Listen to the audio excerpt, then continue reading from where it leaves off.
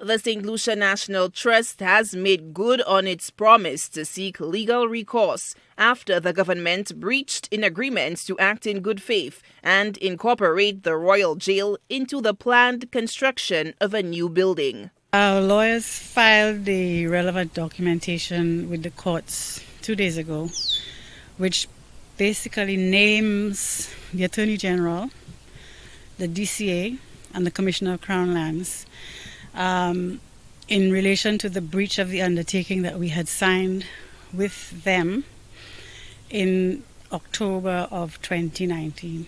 However, the demolition of the Royal Jail on Saturday, May 23, 2020, during the state of emergency, tarnished the good standing between the trust and the government.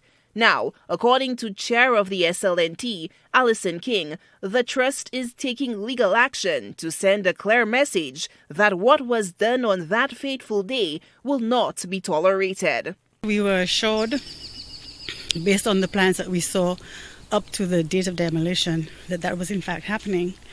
The demolition occurred nonetheless, and there was no consultation, there was no notification of the National Trust. So we saw this as a significant breach of undertaking, breach of trust by the government, irretrievable loss of a state asset, a historical asset, and really the recourse that we take now is the option of last resort because the asset has been lost.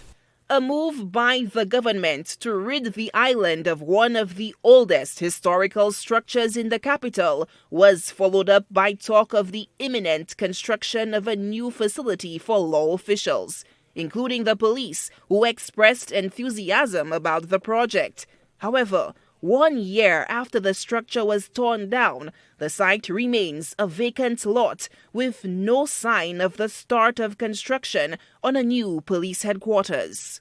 We're confounded by it because the whole rationale the public was made to understand was that, works were going to happen imminently on that site, and we were being accused of holding back development at that site, which is a completely improper suggestion. I mean, that was never the case.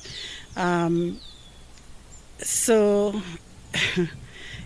ironic that the demolition could happen in a day, and almost a year to the day since the demolition, nothing has happened. It's a car park.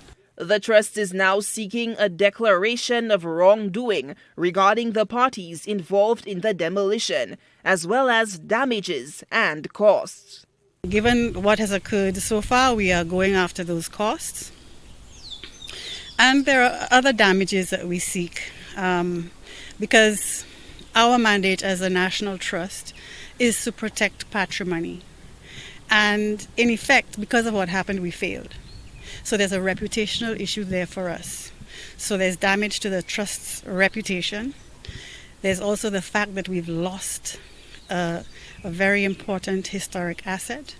And what are the implications of that for the country? King says that despite the rift between the trust and the current administration, the trust will continue to work with the state to ensure the protection of St. Lucia's patrimony. However, she explains that the bad taste left in the mouth of the trust will serve as a sour reminder that any agreement henceforth should be done with both eyes wide opened. Solange Alfred, HTS News Force.